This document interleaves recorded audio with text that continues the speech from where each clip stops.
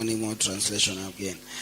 Joshua chapter number 4. I told you yesterday that every decision one or a choice a person makes, when it is properly inspired from the altar, it is easily protected by God. Bwana Yesu asifiwe. Because every choice that you make your personal choices that you make. Number one, it must be inspired. Listen to this. How does it inspired? Because the Bible says the word of God, it is Holy Spirit inspired. Now, the altar is a place where the Spirit of God dwells. Even the evil spirit also dwells. Not necessarily in the altar of God, but in other altars, because traditional altars are guided, directed, fashioned by the spirits that from another world. So the strength of a man determines on the choices that he makes. Listen to this, what Joshua said. Then Joshua chapter number 24. Joshua summoned all the tribes of Israel to Shechem. Listen to that word, Shechem. Number one, Shechem is that place where Abraham had raised an altar. Praise the Lord.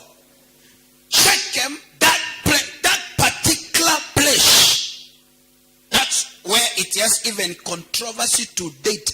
The Jews against the Philistines, the Palestinians, the Jews and the Palestinians, they are fighting over that portion of a place in that Shechem today. As you're talking to. Why? Because people cannot fight for just a small highland. People fight because the importance of the place that determines. Praise the Lord. Sometimes you find people fighting over a certain fence, a place, just a small place like this. People, like the way Kenya want to go to war in Migingo, for example, they say Migingo is a rock, number one, is a place inhabitable. Is a place that they say, but that place, there's a lot of fish around there.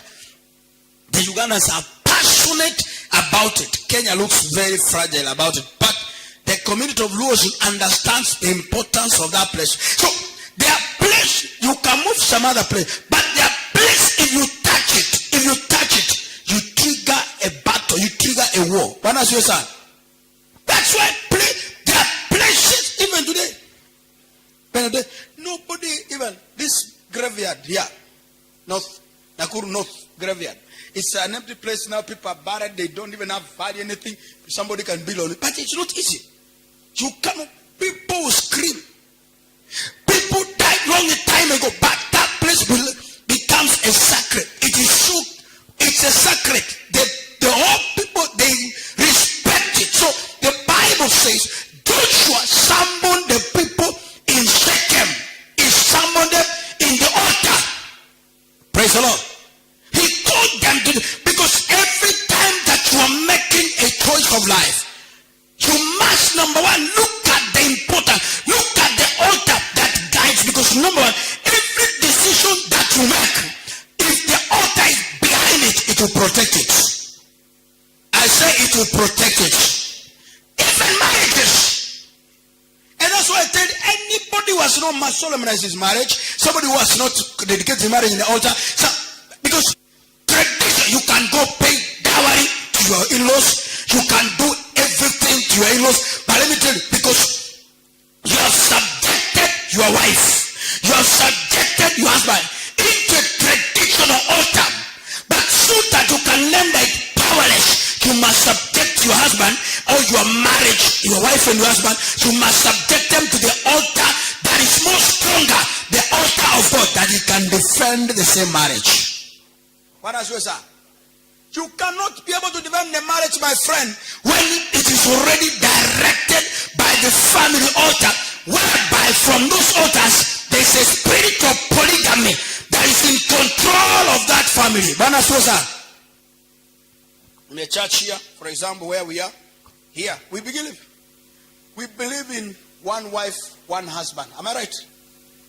So this is what we believe. Now, when you subject your marriage, the choice that you, I say, make my choice.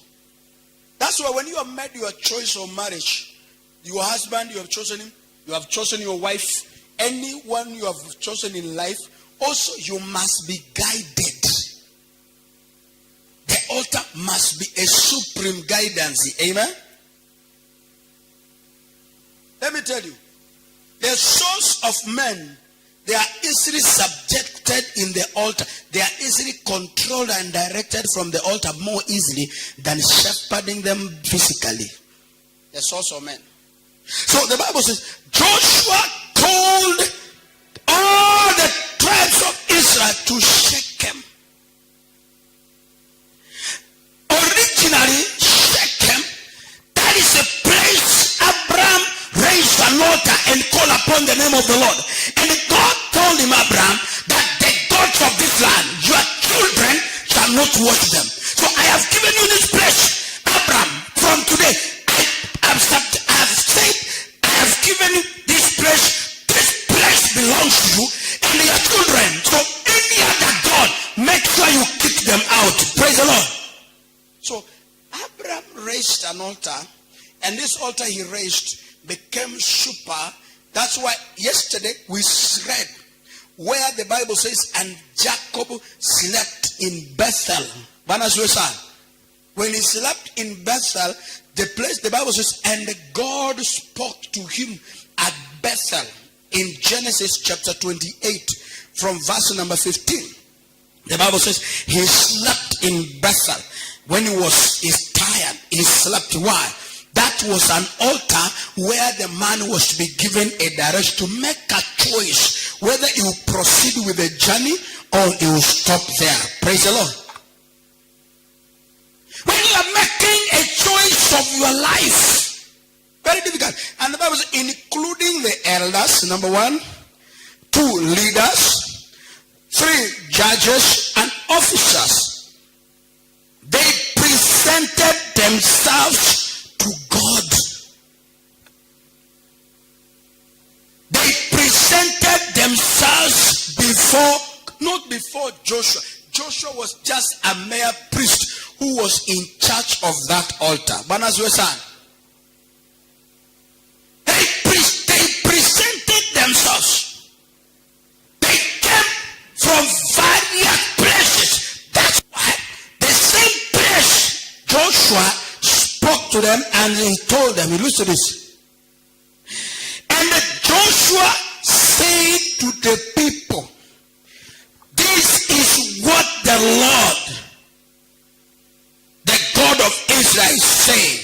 Long ago, your ancestors, including Terah, the father of Abraham, and Nahor lived beyond the Euphrates River. They worshipped other gods. But I took your ancestor Abraham from the land beyond Euphrates, led him the land of Canaan.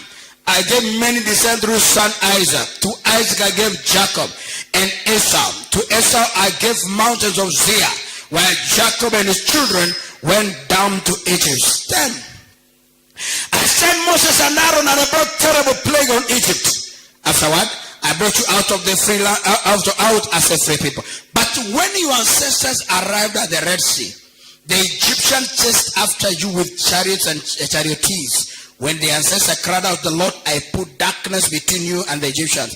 And I brought the sea crashing down the Egyptians, drowning them with your very own eyes that you saw it. Verse 14. And let me start verse number 13. I gave you the land that not you worked for. I gave you towns you did not build. The towns you are living, I gave you vineyard and olive groves for food, though you did not plant them. So fear the Lord and serve him wholeheartedly. Put away forever the idols of your ancestors and worship them. They lived beyond the Euphrates River in Egypt. Serve the Lord. Number 15. But if you refuse to serve the Lord, choose today. So the man who was talking to them in the altar, anawaambia kwa madhabahu, anasema, jameni nimeongea na nyinyi muda mrefu na nimechoka. Bwana siwe sana. Sasa leo ninataka nikae na nyinyi niwaambie. Akasema, akaita wazee, akaita waamuzi, akaita viongozi wa kila nyumba. Every house was represented. Akawaambia, nataka niwaambie hivi wapendwa, nimeshinda siku zote naendelea kuwaambia vitu ambazo nyinyi hamuelewi, lakini sasa imefika kipindi sasa ninataka niwaeleze. Leo fanya maamuzi, niko hapa mbele za madhabahuni. Bwana asiwe sana. Niko kwa madhabahu, maana kwa madhabahu ndio nafanya maamuzi ambayo yatakayoweza kukusaidia. Bwana asiwe sana. Hapa ndio hata huwa kwa mara nyingine tukisimama kwa madhabahu ndio tunauliza mwanamke, je, unampenda huyo mwanaume? Je, mwanamume unapenda huyo mwanamke? Kwa harusi. Na tunasema tunafunganisha harusi takatifu mbele ya madhabahu. Tunapozungumzia juu ya harusi takatifu, tunaongea wakati ambao tuna uhakika wale wanatuambia ni ukweli. So sisi tunakuwa bound by the same truth ya kwamba yale wanawasema. Kwa nini? Katika madhabahuni ndio unafanya maamuzi ambayo yatakaoweza kulengesha na kuongoza maisha yako siku zote, ili kwamba wakati wote unapofanya maamuzi yoyote yatakao kuongoza yakuwe yametoka madhabahuni. Bwana asiwe sana. Maana kwa madhabahu ndio the place of making choices and decision permanently for your life. Amen. Look at this. Elijah anaingia katika mji wa anaingia katika mlima Carmel akiingia Samaria. In the book of 1 Kings chapter number 18, please let's turn there. The 1 Kings chapter number 18. I want you to see about those choices. 1 Kings. Now Elijah, that is chapter number 18. Na nisome tu verse number 1, then taruka nisome verses number 20 and 21. Then later on in the 3rd years of the drought, the Lord said to Elijah, go and present yourself to King Ahab. Tell him that I will soon send rain. So Elijah went to appear before Ahab. Meanwhile, the famine had become very severe in Samaria. So Ahab summoned Obadiah, who was in charge of the palace. Obadiah was a devoted follower of the Lord. Once when the Jezebel had tried to kill all the Lord's prophet, and then Obadiah had hidden 100 of them in the caves, but he put 50 prophets in each cave, and they supplied them with food and water. Ahab said to Obadiah, we must check every spring and every valley in the land to see if they can find enough grass to save at least some of my horse and mules, so they divide the land between them. And Ahab went one way by himself, and Obadiah went another way. So Obadiah, as he was walking along, he suddenly saw Elijah coming toward him. And Obadiah recognized him at once and bowed low to the ground before him. And it's really, you, my Lord Elijah. Elijah said, yes, it is Lord. And now go and tell your master Elijah is here. That's what the Bible says. And Elijah was sending Obadiah, go and tell Ahab, I am here. And Obadiah protested, what harm do you want to harm have I done to you, that you are sending me to my death at the hand of Ahab? For I swear by the Lord your God that a king has searched every nation and every kingdom on earth. From every end of this you find each time he was told Elijah is here. King Ahab forced the king of the nations to swear to the truth of his claim. Now you say you go and tell your master Elijah is here, but as soon as I leave, the Spirit of the Lord will carry you away, and you know who knows where you were. Ahab comes and cannot find you. He will kill me. Yet I have been a true servant of the Lord all my life. Has no one told you, my Lord, about the time when Jezebel was trying to kill the Lord's prophets? I hid 100 of them into the caves and applied them with food and water. And now you say, go and tell your master Elijah is here. Son, I do that, I will suddenly be killed, and suddenly kill me. But Elijah said, I swear by the Lord Almighty, in whose presence I stand, that I will present myself to Ahab this day. So Obadiah went to tell Ahab that Elijah had come, and Ahab went to meet Elijah. When Ahab saw him, he exclaimed and said, it is really you, a troublemaker of Israel. I have made you no trouble for Israel. Elijah replied, you and your family are the troublemaker, for you have refused to obey the commands of the Lord, and you have watched the images of Baal instead. Now summon all Israel to join me, Mount Carmel. Mount Carmel is an altar, along with 400 prophets of Baal, 400 prophets of Asherah, and who are supported by Jezebel. So Ahab summoned all the people of Israel and the prophet to Mount Carmel. That's an altar. Elijah stood in front of them and said, how much longer will you ever hobbling between two opinions choosing. If the Lord is God, follow him. But if God is God, then follow. By people who are completely silent. Praise the Lord. In the altar is a place of choice. Praise the Lord. It's the place that you make a decision. It's the place that you stand and give direction. It's a place that when you stand there, you have confidence. Praise the Lord. And altar is a place that where God himself gives you confidence. The Bible says Elijah was running away from Ahab, but the guy was from Mount Carmel, a place of an altar where he had been empowered, because altar empowers an individual. Praise the Lord. Altar, it gives empowerment to an individual when you come from that's why any person, like now, Jerimo, you want to stand for election, for example, you must go to the elders of the city, you must go to the elders of the college. They take you to a shrine. They don't come to your house. You go to the altar of the place. When you go there, they take and they enchant. Right now, in a short while, I was watching something. Mama being buried. So some Maasai elders are there enchanting, talking Maasai. President Mo is there, Guru is there, everybody's there. But these guys are talking and chanting different languages. They are not talking what we are understanding. In other words, they are mourning their own. And they said, when you are coming for the funeral, you come with a Maasai regalia. If you are true Maasai, come there, especially his agement. So they understand it, the range. They understand the altar. So Elijah was in the altar. The man was running away. But the moment he encountered the altar, he made a choice. I stand firm. I stand strong. I get encouraged. In altar is a place of encouragement. I say it's a place of encouragement. But that's why you cannot have stress and say, oh, mimi niko kwa nyumba, nimekashirika sana, siwezi kwenda kanisa. You die. Depression will kill you if you stay there. Because the moment you find time and be in the place of God, the moment you find yourself, you are in the altar of God, that time you are encouraged, you stand stronger. People ask you, how do you manage? Even when you have no single cent in your pocket, but still you have a God in your side, there's encouragement in your life. I said there's encouragement in your life. That gives you confidence. You can stand before anybody else, even with or without money. That's what a choice that God recommends. They said, we have chosen today. Not only to say we are serving, even if God doesn't come. We have made a decision. As a family, we have made a decision. We shall serve God, but to our God, we can never bow them. Amen. An altar empowers your life. I say it empowers your life.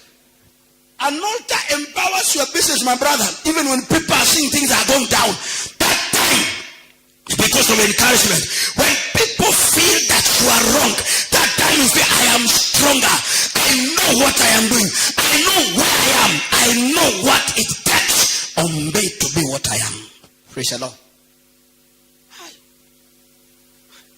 Elijah, when he emanated from the altar, because the guy was asking, the Bible says the king had searched for him.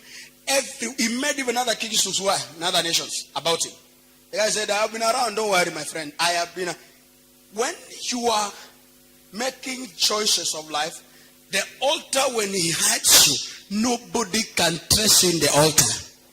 I did say one day, and I want to repeat it again. Unaona, kuna waganga wale wachawi wanakuanga na kioo, wanaona watu hapa. Wanapoona watu hapa, wale wadadisi wote ndio wamesema, wale wote ambao wameokoka, wametoka katika uganga wa kienyeji, wanasema mtu yoyote ambaye ni mserious kanisani na ako kanisani sana, amejitolea sana, wakati wanapiga ramli hawawezi kuona huyo mtu. Ati huwa kioo inakuaga mchele. So they cannot easily detect his face anytime they want to get him. It's a research that has been done. And those witch doctors wanasema mtu ambaye ameokoka anakula meza ya Bwana, ambao yuko kwa madhabahu anasavu zaidi, hawezi kuonekana kwa kioo ya waganga wa kienyeji. Maana wanawaitaga, wanasema Reremui, wanakuita tu, they mention your name and in a short while you appear. Alafu your opponent is there, anaambiwa Reremui unataka, ndio huyo hapa, pap, so do what you want. Ndio unasikia mmoja anachukua nyundo anamkata, mwingine anachukua wembe anakata, mwingine anachukua mashindano anamdunga. Kama ni biashara wanaita hivyo, wanasambaratisha. Yani duka yako inaonekana kwa hiyo kioo. Sasa inaanza inadonolewa. You wonder, you are not eating anything, you are not doing anything, but things go. But when you are from the true altar, you cannot be seen, you cannot be identified, you cannot be targeted by evil powers. Elijah was there, so not that the guy has died, he was there, he was alive. And what the Bible says, the king had searched him where? You didn't read your Bible well. The king had searched Elijah from every nation. He said, even when he met him, he looked at him and said, you? Huh? A troubler of Israel. You are a troublemaker for Israel. Elijah, my brother, I was there. Why? Because it is the man who stood and said, by my own word. By what? You never know about God's word. But that time it was God. Because whatever he would, because any time that you are connected, and you are empowered from the altar, anytime you stand and you say, by my word, Elijah said, by my word. 3.5 years, no rain in this land. And the guy took off. When the guy took off, my friend, 3.5 years watu baka wanakulana, nothing is happening. Oh, yeah. And the Bible says, the same Elijah is what brought down the rain.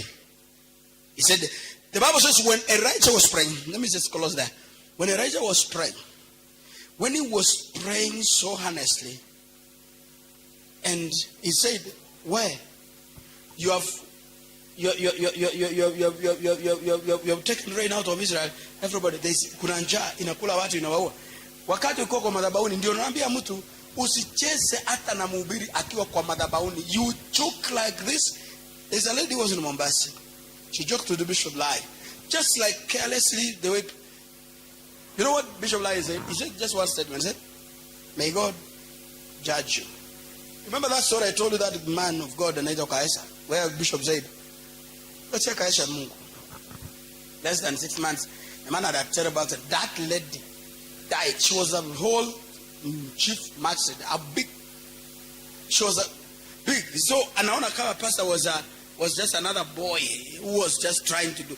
And that lady died, bad death. She died, left the whole family behind. Everybody was mourning. Not the man of God killer, but the altar is a dangerous place. Is it what? Any person that was big, because Elijah was given an access to the altar, and akamwambia hakuna shida. Let's agree. Today, let us choose whether we worship Baal or we worship what? And the God who answers by, akasema, oh, okay. If that's what you think, the easiest way you can do now is easier. Leta ngombe, chumba mtaro, mwaga ma. Yani, I want you to make sure ya kwamba you are doing something that cannot be even accepted. You know, a lot of water, because there is no rain. Bring water, mwaga kwa hii mta, mwaga ijae, na mweka sacrifice up. Kama huyo Mungu anakuja alik kila kitu, God licked, the place became dry in a minute. In a minute. And actually in a flit of a second, the place dried up. That's now we're coming back again to pour the power of sacrifice. Because an altar without a sacrifice is a dead altar. An altar without a priest is a dead altar. An altar is, it must have 3 things to complete an altar. Amen? 3 people. Three things. I mean, the priests, the sacrifice. That's that is what comprises the altar to make the place become a big called worship. People talk about worship, they don't know about what is worship.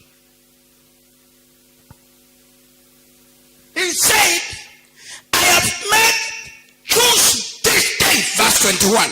He said, Elijah stood in front of them and said, how much longer you waver, hobbling. Hiyo yako nasemaje kwa kizungu mami? Na Edward yako ni living NIV. I'm reading from New Living Translation, yeah? Verse 21. Start verse number 20. So that he summoned all the people and the prophets at Mount Carmel, at the altar. So Ahab sent for all the children of Israel and gathered the prophets together on Mount Carmel. And Elijah came to all the people and said, how long will you falter between two opinions? If the Lord is God, follow him. But if Baal, follow him. But the people answered him not a word. Then Elijah said to the people, I alone am left a prophet of the Lord, but Baal's prophets are 450 men. As how many? 450 men. What did I tell you last Sunday? When you make a choice, you are alone. You are what? I said you are what? Hata wakati watu mtu wanaoa, si ndio rede moyo? Wakati unaoa, hata wazazi wanakuambiaga wewe mwenyewe ndio fanya nini? Wewe ndio umechagua. Wasema ni chaguo la. So chaguo lako sisi hatuna nini? Elijah akasema I am remain what? When you are making some choices, friend, you don't expect supporters. I say you don't expect supporters. Yako nasemaje Edward, we close. NIV. I think you are the NIV, yes. So Ahab sent word throughout all Israel and assembled the prophets on Mount Carmel. Elijah went before the people and said, how long will you waver between two opinions? The Lord is God, follow him. But if Baal is God, follow him. But the people said nothing. Then Elijah said to them, I am the only one of the Lord's prophets left. But Baal has 450 prophets. As how many? 450. When you are making choices that are very difficult, very what? Sometimes you are left out. And that's why don't ask him. That's what the Bible says. David, when he was in distress, the Bible says in the book of 1 Samuel chapter 30, verse number 6 and 8, the Bible says, and David was distressed. When he was in the highest of distress, the Bible says, he went to the priest and said, a priest, give me the ephod. Let everybody, even that is Jacob. The Bible says when he was struggling with God, the man was making a choice over his life. The Bible says he left his wife and his children and the servant the other side. The other what? He crossed over alone. He encountered with God. That's where he was blessed. The Bible says he met God. Now I even wonder those people he left behind after he came back. After he came back, they asked him, why are you limping? Because the man was in the encounter of God. He was alone. He was what?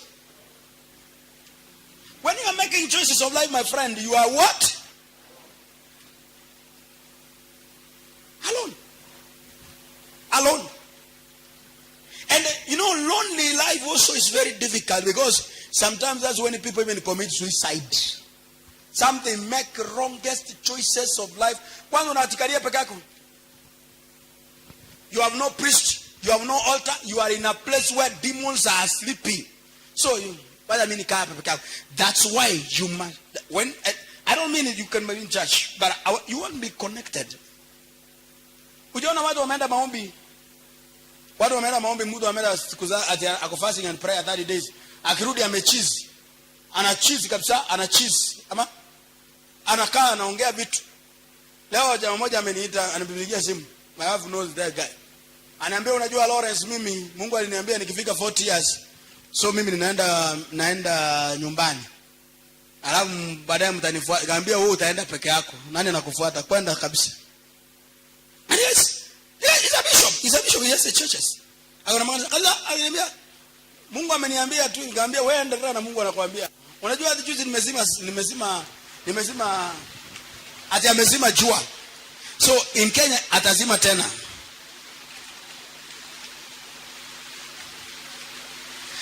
When you are alone, you are no priest, you have no altar, you are in a place where it is demon possessed. My friend, you come out, you are confused without your knowledge.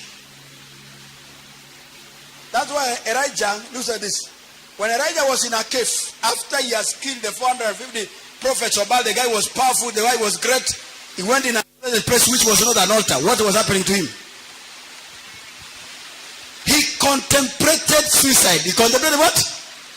He was alone. He went to a cave and he was alone. He was alone in the cave. That cave that was not an altar. You go to a place, you are my friend. It's not an altar. Spirit in that place of suicide. Elijah akasema, akamwambia Mungu usinitoe hapa. Thank God that God came. Don't take me out of this place. Kill me very quickly. Mungu akamwambia, I know my brother, your problem is too much. You went in prayer but you are a stupid Mungu. I give you something to eat. Akamwambia fungua, wacha fasting. Wacha nini? You can do fasting as a fool. Aye. There's a brother from your place, Bungoma, who went fasting 30 days in the forest. He went fasting and prayer. After that, the guy died. Whether he went to heaven or hell, we don't know, but he died. The guy died. Elijah was in fasting and prayer. In a cave. In a place that is not even accepted. You make a mistake. You make a mistake. You make a mistake. Hey. Yes. You don't know what happens. So the Bible says this guy came and said, mimi nimeona watu wametoka mlimani kuomba. Even this famous character called Maina Njenga or Mongiki. The guy was alikuwa hapa Nakuru High. Akaenda do prayers. When he went to prayers, fasting and prayers, after they came from prayers, akasema ameona Mungu Mount Kenya. Amemwambia watu warudie Mungu wa original. And from there they start worshiping. Then from there some guys followed him, became a cult. Are you able to tame Mongiki in Kenya? You can't. Anything that becomes under inspiration from an evil altar becomes strong. Become what? So every altar, no matter evil or good, number one, it gives you strength. Sometimes it gives you some demonic strength. Demonic. That's why Hitler, when you looked at the Jews' blood, they said for the first time of his life, Hitler was a very ruthless guy. He was the son of a single mother. And the only son, for that matter. The guy never used to smile. No smile, no nothing. The guy was brutal. But the day he looked at the blood of the Jews flowing down, the first time in his life, the guy smiled. They said the first smile of Hitler was seen at that time. The blood of the Jews were flowing. 6 million Jews were killed. The guy smiled. And after killing, the guy became stronger. He wanted to conquer the whole world. Demonic powers from the altar, they are evil altar. It strengthens a man against a man who has no altar. Amen? If you have no altar, the other one from another altar is empowered. Some they sacrifice their children, their wives, miscarriages, things happen, and then they become business-wise, political-wise. Some they kill when they are children. After that, the guys nominated, become a big man, became a minister, became a corporate world. There's a guy from my friend from our place. He has 2 grown-up sons like Jerimo. Grown-up, big. All of those 2 sons, Mazuzu. Wamefungua 1 room. But the guy is a big cooperative. Big. I've been there in his house. I saw even another one from our place. He has 4 cripples. You joke, but the guy is rich.